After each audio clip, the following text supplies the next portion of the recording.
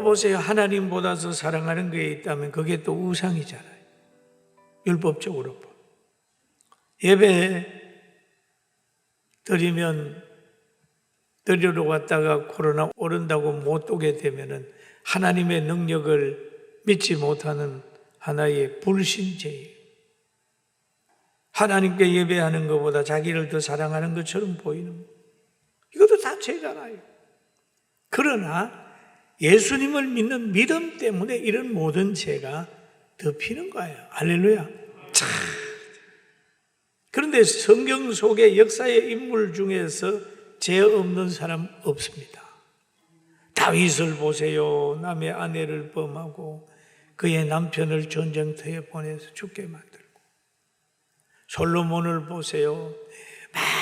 많은 여자들 겨누리고 있다가 나중에 가서 노년에 우상 섬기고, 베드로 보세요. 주님이 십자가 지라고 진다고 할 때 그리 마옵소서. 또 뭘 시키면 그렇게 안 하겠습니다. 뭐 이렇게 실수 덩어리예요. 그렇지만 하나님을 믿는 믿음 때문에 그들이 의롭다 인정함을 받고 그의 후손들이 계속해서 왕의 자리를 이어갈 수 있었다는 것을 알며 오늘 예수 그리스도의 보혈의 능력을 덧입는 우리 모두가 되기를 주님의 이름으로 축원합니다.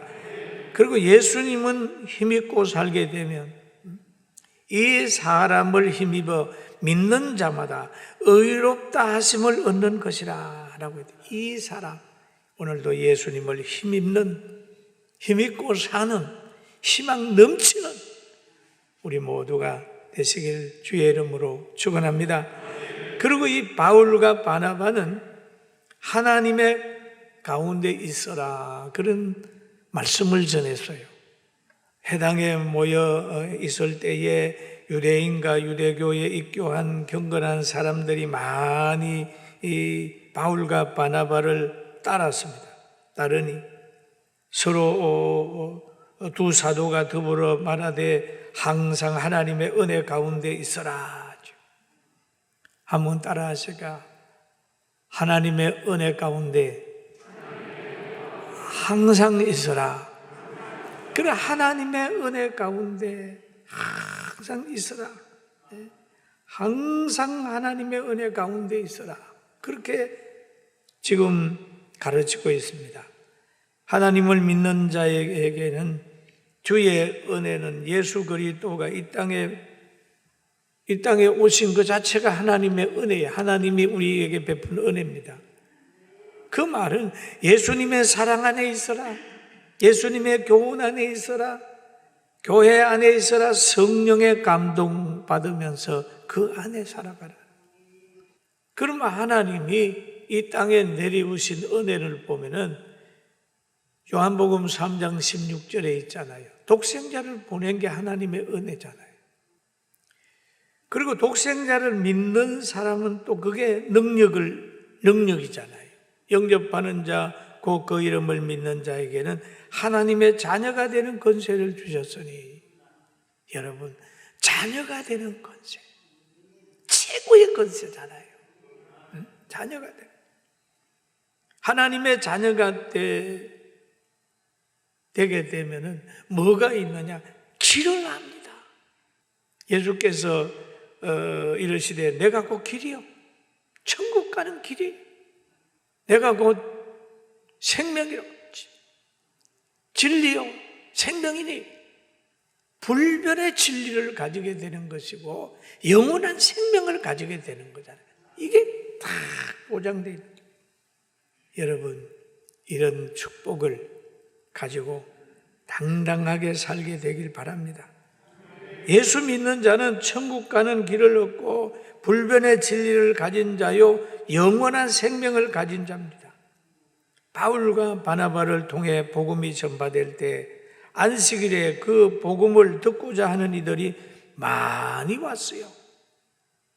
오늘로 표현하게 되면 뭡니까? 교회가 붕됐다는 거예요. 차고 넘쳤다는 거예요. 그러니까 사탄이 또 역사를 하는 거예요. 야, 이거 안 되겠다 해가지고 유대인들을 동원해가지고 바울과 바나바를 배척을 합니다. 배척을 해요.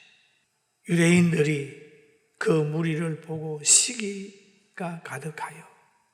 그래요, 시기가 가득하여. 바울이 말하는 것을 반박하고 비방하거늘.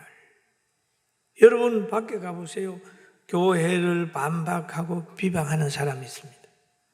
설교한 것을 반박하고 비방하는 사람이 있습니다. 그 속에는 뭐냐? 시기 때문에. 그들도 그랬어요. 시기는 상대가 잘 되는 걸 보고 가지는 마음, 행동이잖아요. 부와 권력과 형통과 인기가 있는 사람들에게 때로는 시기하는 사람이 나오게 됩니다.